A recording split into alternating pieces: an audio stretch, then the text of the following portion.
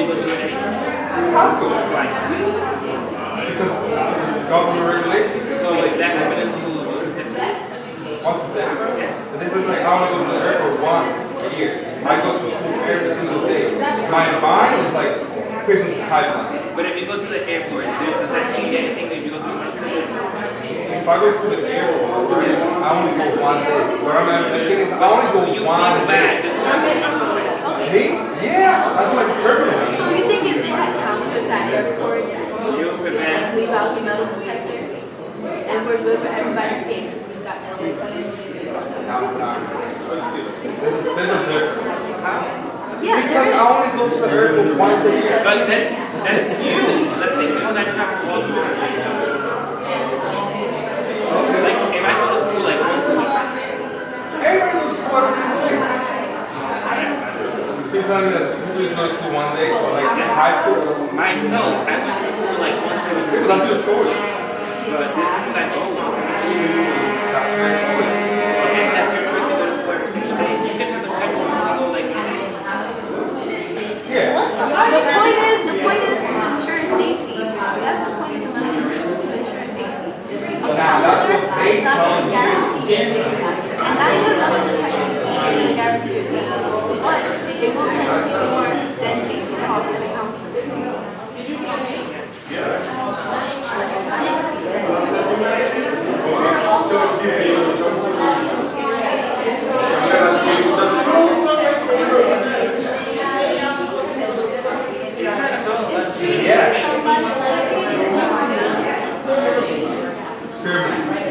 Boom.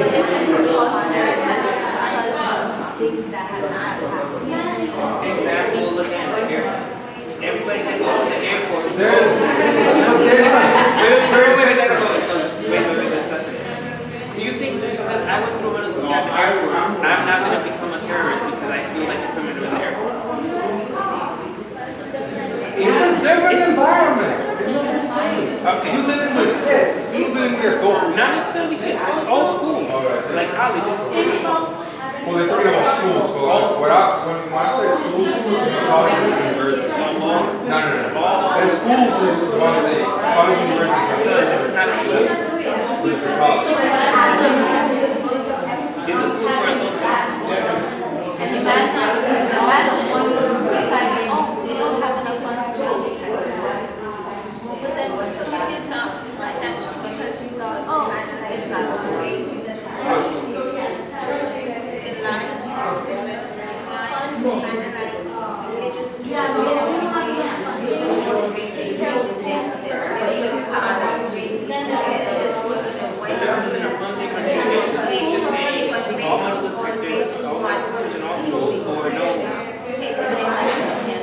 Folks, give me 1 second. It's close a little bit.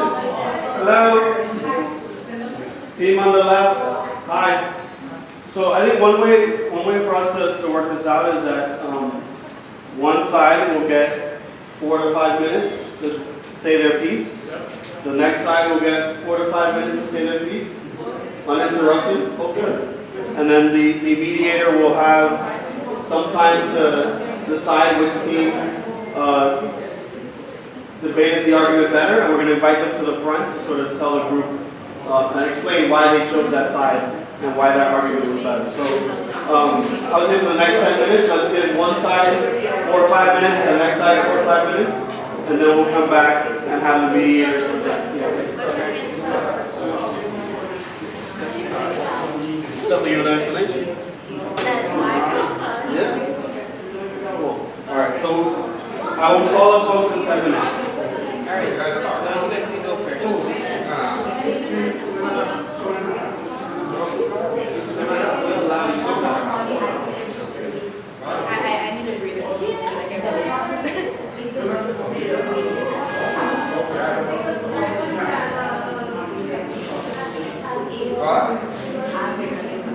You first.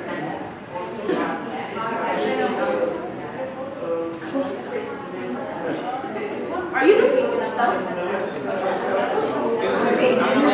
I'm right now.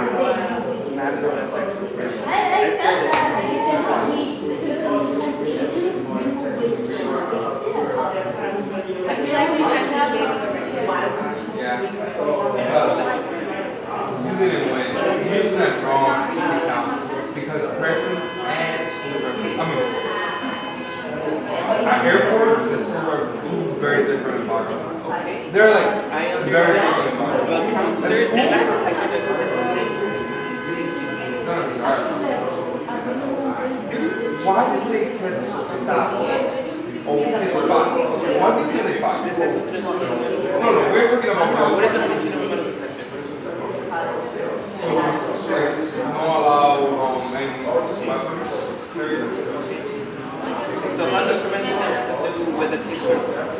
It has a lot to do with that. I'm preventing somebody from bringing a gun or knife into school.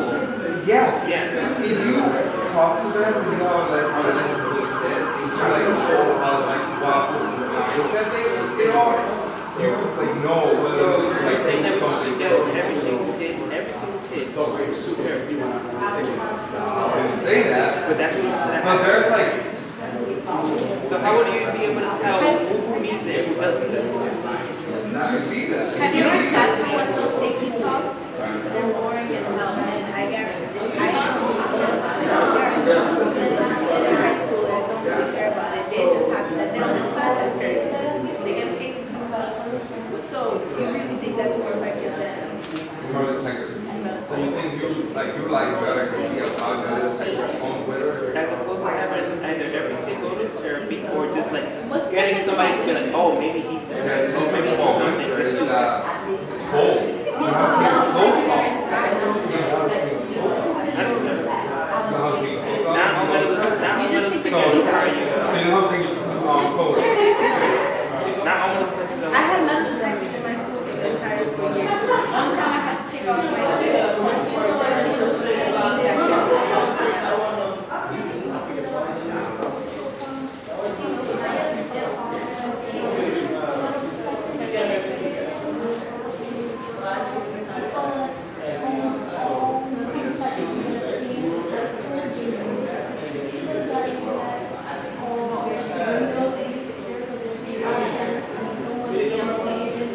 Nothing is 100% guaranteed. It never is.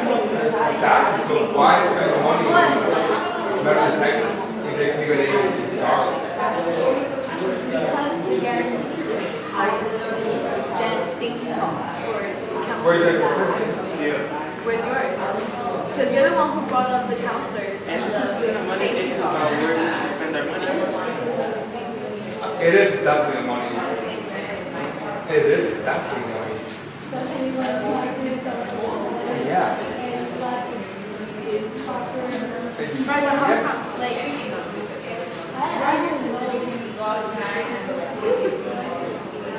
I'm talking to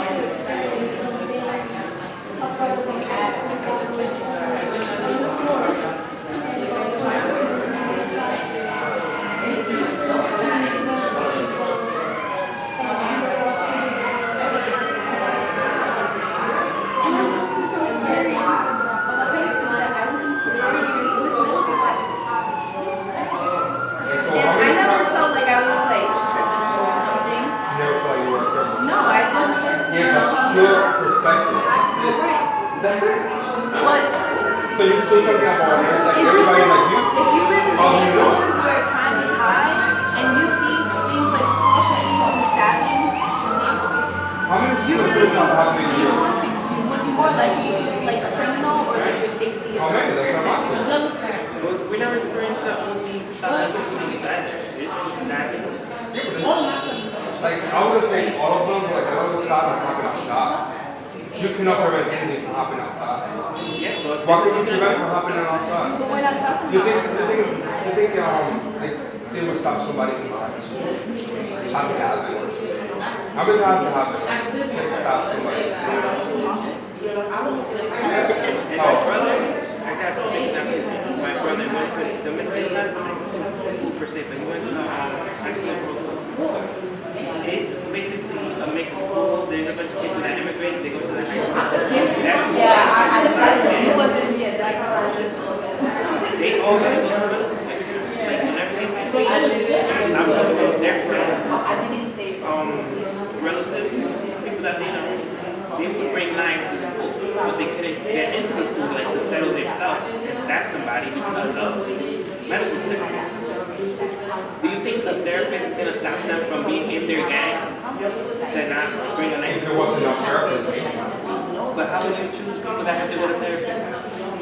You see it. You don't When see it. somebody's arguing, like there's people arguing, you would like pull them up. He was like, how do you go? Okay, but after their argument, it's already too late. Like the argument already started. They already mad at each other. I'm talking to prevent stuff. You're trying to prevent. Yeah, you prevent it with your opposite sex. Okay, so question. Question. If me and you start fighting, for example, right now, you think the therapist is gonna prevent it after we fight? Yeah, the after is like you go home like oh, you go gang members. Even in school will say no to the gang members. Not in the South. They don't have a record on you. No. I can tell you that for a fact. For a fact. Yes. You would say, yeah, they don't have a record on anybody. Not anybody, but not necessarily. They won't know specifically for next. Again. Your argument is that we should just divert from money to like the more therapeutic counseling. Yes. Yeah, more teachers. How many people take advantage of the counselors? Think about like the people who are not like able to carry a weapon are gonna go and see counselors. Maybe you walk. How do you get it started off?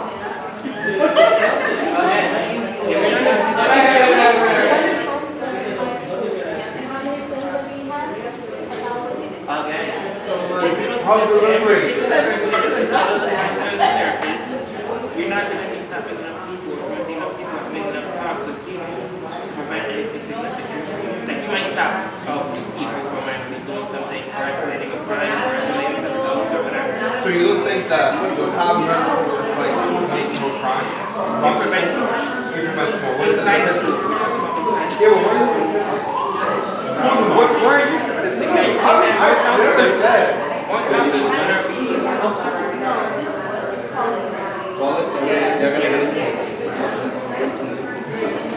Where's the statistics? Where's the statistics that how many crimes are prevented by? Counselors are going to prevent. But we cannot mention that because we don't have enough counselors. So how are we going to know if we don't have it?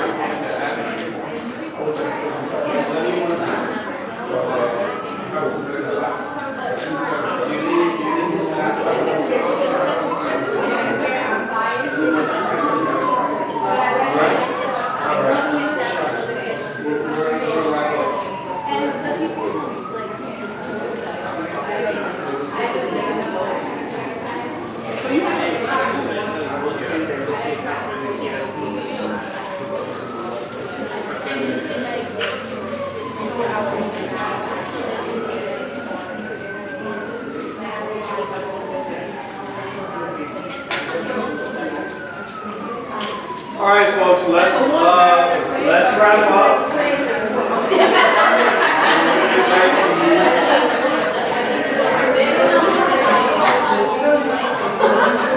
All right, everyone, so let's wrap up. We're going to invite the mediators to come to the front.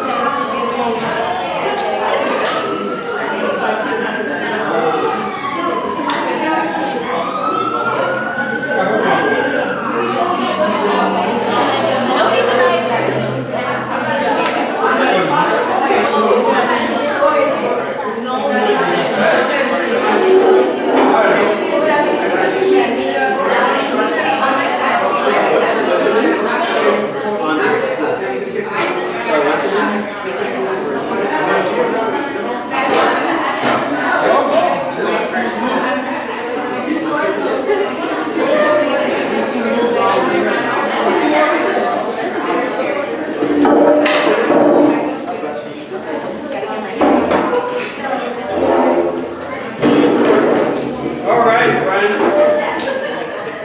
Good work. I like this.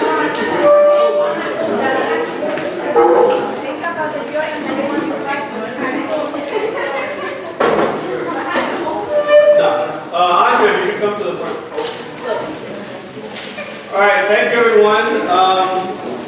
So everybody else knows, the four topics that were discussed were legalization or not of marijuana, whether we should have My favorite was back there, whether we should have metal detectors in high school, increasing the minimum wage, and whether or not we should change the test for getting into the New York City specialized high schools. Which there's a really active debate today about whether or not we should make it easier for students of color to get into those schools, since there's a very low percentage that currently getting there today. So I'll leave it to y'all to figure out who wants to go first. But the idea is that the folks that were mediating the argument will present their perspective on who they thought won that argument and why. And this would be a good way to see whether or not you presented a convincing argument, and it'll give them an opportunity to practice public speaking, which we'll get into in a few minutes. So we can go down the line, or someone can volunteer to go first. So my group, they debated on the legalization of marijuana, and I'll start with the con side. So the con side, they make points like younger children will now be exposed to it if there's legalization of marijuana, and when these young children are exposed to it, they're now exposed to more than alcohol and cigarettes, and now we have marijuana. So that was a problem. That was a point that they made. They also made a point that this exposure of the smoke just everywhere, maybe in your personal space, and some people don't like that, and then now they don't have a choice, they just have to deal with it. They also made points that it will increase depression and also deter the mind. So there's like retarded growth and brain development. So that was some of the points that the con side made. So to the pro side, they made points like it will benefit the economy, seeing how it's now legalized and now the government will be controlling it, so of course it will benefit the economy. And also they made points like it cures cancer or it can help with chemotherapy. And they also spoke about how there's no death causes when you smoke marijuana, because there's no record showing how someone has overdosed over marijuana. So there's no death or any problems related to that. So on the debate, I told them that where I stand personally, and I promise you I was not biased, but I promise you the pro side, they made more points. And I like the way that the con side realized that, so they made a point that drinking alcohol could lead to accidents. And I like the fact that they knew it was alcohol and not marijuana. Marijuana will never do that to you. And I like the way she rebutted, and I just like that, so the pro side.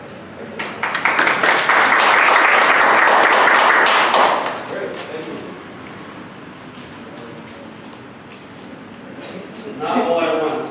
All right. Thank you, Andre. So my topic, or my group's topic, was increasing minimum wage. And although both of my groups made good points, such as how we can, well, some students get financial aid, and that's like one of the reasons why we don't really need to increase minimum wage. So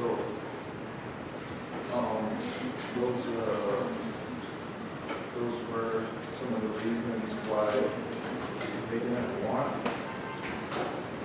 And those who were for increasing it, they thought, like, if you have more than one job, or if you have at least one job, you don't make enough, so you want to make more money, so that's why. And what I personally thought that we should stay the same, like not lower the minimum wage or increase it. So, but I do think there's ways we can improve on our wages for those that work. So which side won the argument? Which side do you think presented a better argument? I would say those that voted for leaving it the same. Okay. Thank you.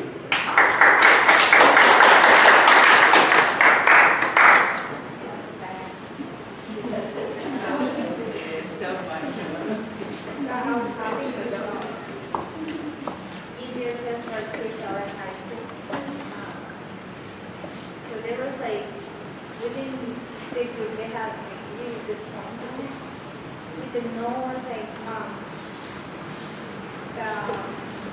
the easier test for specialized high school, the one they don't want it, the easier test, have some good points too, I want to point out.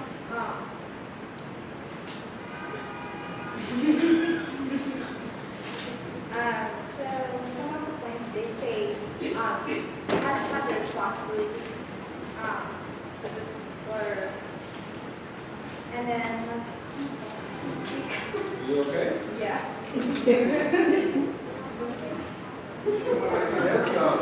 Okay, great. I did. Just an acronym. Not from here, and then they're gonna like, So So what all we're my- talking about, it's about, tests, either they have to make the test easier or harder, for high school students. So, the other group, said yes, they should make, that test, easier, just because, there are a lot of students that come, from other countries that master the language. So it's going to be harder for them when they give them a test to have the necessary time to finish that test or even by studying to understand the material. So they were talking also about the different type of level of students, which I was aware of, in high school. So there are some students, who are at a certain level, and there's other group of students, school that you go to a charter, other school, they are more intelligent, I can say, than other students. So she said, basically, that would be better for students who come from other countries, to have the opportunity, to get to know their high school diploma or to go for their lines too, without pressuring them to, hard test. So the other group, we were talking about, what's going on in the USA in general, because USA is like, 35th, around the world, smartest kids, So we were saying that it would be good, to keep it either the way it is or to make the test, harder, because we have to keep up, everything that that's going on in the world right now. And if you're talking about other things, from other, let's say about white people's kids, those kids, they go to better school, they have more chance in life, than minority kids. So why we want education to be easier, for our kids? It's not, we think that it's not a good thing. We should be in a position to compete, in this country, with anybody. Whether you come, from the 1%, 2%, 5% or 0%, we should have the same opportunity to compete. So what did you think? I think that,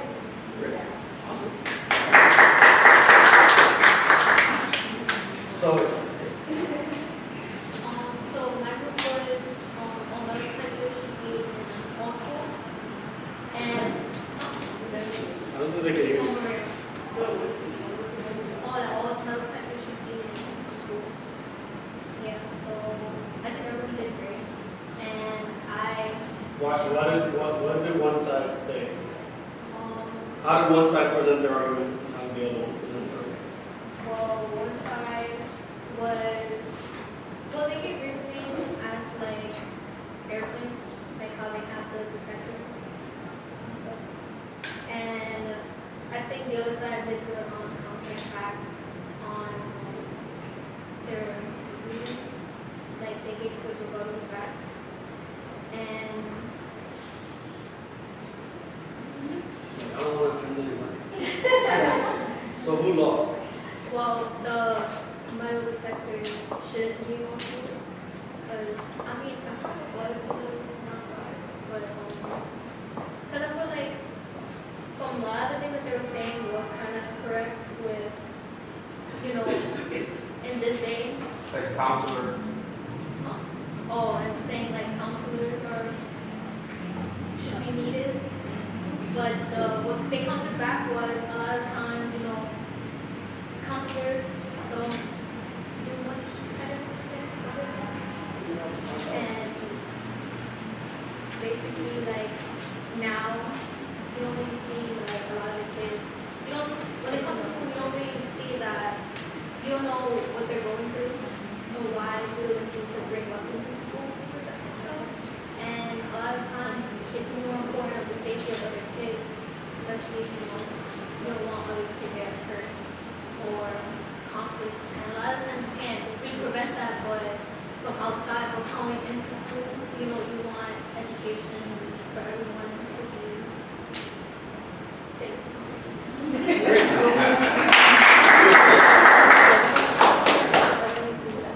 All right, thank you, everyone. How was that exercise? Fun, intriguing? Good. That sounds really good. How many of you debated the sides that you didn't personally think that argument? So you went against your own personal beliefs. Great. So I mean, I think amongst you have some students that did the model Senate, and I think I don't know if they can speak for themselves. I think some of them may have landed in that same place where they had to argue for something that they didn't personally believe. And I actually think that's the best way to learn this stuff. Because if you're already sold and you already drank the Kool-Aid, sure, you can talk about it for days.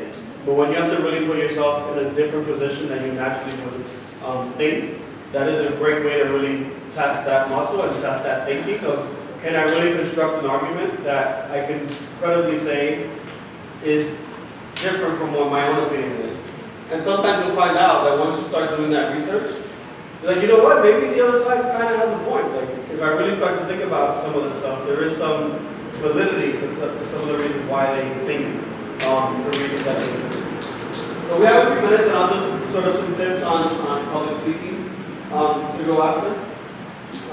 So all of this work that you did, I think what you saw from some of the mediators is all the things that you all did in private and you were discussing amongst yourselves. At some point, you're going to have to do that in public, and it can be in a small group setting like you had over here, or you'll have to come to the front of the room and really present an argument and give a speech or give a position. And it's really important for us to think about what ways can we do that, because all that work that you did in a small group, it's really unfortunate if you don't have all the tools and all the skills to be able to come to the front of the room and really deliver a message that you really stand behind. So, you know, as I mentioned here, without proper research and logical organization, your speech will not be effective. So, you know, one of the things that I do on a day-to-day basis at work is people sometimes don't believe the words that are coming out of my mouth, but they believe me, and therefore I'm a much more credible messenger. So what you want to be is you want to be natural, you want to be authentic. You don't want to come up here and sound like a robot, or you don't want to come here and sound, you know, really quiet and sort of not really believe what you're saying, and people can see that. I'm sure you interact with people every day and you're like, my gut feeling tells me I don't like this person, or they don't give me good vibes. That's the same thing that happens when you go into a room and someone is in the front of it talking. A lot of times, you know, there's studies that show whether it's a priest or a professor that's in the front of the room, people automatically give that person respect just because they happen to be the person that's in front of the room. I hope that throughout today I've been able to connect with you, and that you're not just sitting attentively listening to me because I'm the one that's in front of the room, but because I'm able to connect with you in some kind of way, and I sound like I know what I'm talking about. The other piece is knowing that the audience is only 1/3 of the speech. So what are the other three? What are the three components of a speech? Yeah. Is it the intro, the body, No. I'm doing a speech right now. That's the three quotes. Okay. What I'm saying here is, you are only 1/3 of the speech. What are the other two parts? I spelled your wrong. See? Oh, it's up there? I'm human. Yeah. Oh, I can't see that. So You are only 1/3 of a speech. What are the other two components? The audience and the message. There we go. I Good. just told her that. So a speech has three components. You, the speaker, two, the message, and three, the audience.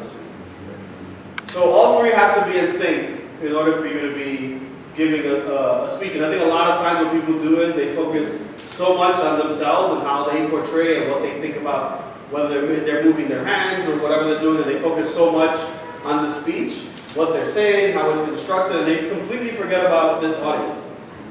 If you were all fifth graders, I could have given the same message. If you were all 65 years old and English language, English is your second language, I would have to construct a wholly different message. So the same thing when you think about the audience that you're talking to, know the audience that you're speaking with. Maybe do some research on them. What is their age group? What is their language preferences? Things of that nature. How many times do you see a room that people are, without a microphone, they're like, does anybody need a mic? The person who actually needs the microphone is not going to hear you because you're not using it. So maybe say with a microphone, or without it, can anybody hear me? And for those that can't, do I need a microphone? And then you're going to hear someone in the back say, yeah, I can't hear you because I have, my ears don't work that way. So don't walk into a room assuming that A, everyone speaks English, B, everyone doesn't need glasses to read the material, or that English is everyone's first language. So know your audience when you're walking into a speech, and understand that you are only 1/3 of that message. So focus on your audience. If I did this entire presentation today, looking at her and just talking to her, I would not be able to connect with anybody else in this room. So the idea is actually look at the rest of the room and actually look at your audience. You don't necessarily want to give a speech with a piece of paper in front of you or looking at the ceiling because you're intimidated by looking at someone in their eyes. You really want to connect with people. Doesn't mean I need to stare at you for 5 minutes because that's uncomfortable. But I can connect with you for 3 seconds, move on to the next person and connect with them, move down the room and making sure that I'm using the entire room and that I'm not excluding anybody that's within this room, because then you're going to think like, this message isn't for me because they only talk to everybody that was at the right hand side. Use your voice. So what I'm doing now is projecting. Whether you're right next to me or you're in the back of the room, one, the acoustics here allow you to hear me, but I'm also projecting my voice. If I were having a conversation with you directly, maybe I wouldn't have to speak this loud. You would tell me to like back up. My ears are hurting. But if you're projecting to an entire room and you don't have a microphone, you really want to use the full range of your voice so that everyone can hear you. And you also don't want to be monotone, like Mr. Bean. Like, I'm giving you a speech, I'm here today to talk about public speaking. Like, you're going to get bored in 3 minutes. So you want to use project your voice and use vocal variety. And then the last one here is using your body. So I don't have a podium. I'm not giving a speech. So I don't need to necessarily stand here. I'm also not flailing my arms and walking across the room. You're going to get distracted. It's probably going to hurt your neck if you need to turn around. But at the same time, you don't want to just stand here and be very boring. You want to be able to use your body as part of your speech. If there's something I'm showing you, I'm going to point at the screen. If there's something that I'm talking about in size, I'm going to use my arms to talk about how big something is. So, use your body when you're giving a speech, and don't necessarily think that you just need to stand here like a robot. Any questions on any of this? Cool. I was hoping, I know some of you have to, how many of you have to go to class at 5 p.m.? Okay. All right, so we will do a little exercise. If anyone wants to partake, we will do it. If no one wants to partake, we can end a bit early. So I used to be part of this group called Toastmasters, and what they are is a group that practices public speaking amongst each other. It's a peer group of non-professional public speakers, and one of the things that they would do at the beginning of every workshop was do something called table topics, where someone would blurt out a specific thing, and whoever volunteered to speak at the front of the room would have to come up with a 2-minute speech, impromptu, about that thing. So if anyone wants to come up, as you're coming up, I will give you the topic, and then you can talk to the group about that thing for 2 minutes. Can I ask a question? Yeah. I actually have to do a, informative speech. There we go. And so I just wanted to know if I can use that because I need to practice. For real? Oh my God, I'm so nervous. All right, I got it. Okay, I have it right here. Well, you have it memorized, or you have to read it? I have to read it. I had the worst experience, guys. Don't download anything to your flash drive. My flash drive shut down and stopped working on me. And I went into deep depression yesterday. And luckily I sent it to somebody to revise. So I had to start from where I left off. So the moral of that is send everything to your Gmail. All right, your name is? Andrea. Andrea. Let's give Andrea a round of applause. You just read it? Oh, yeah. Oh. All right, who's gonna go after Andrea? Okay. No, I'm gonna tell you the topic after you volunteer. It's easy stuff. Like you're not gonna get it on the spot. You try it? Okay, Here great. we go. You ready? She's almost done. Come on. This is something I actually thought worked. So,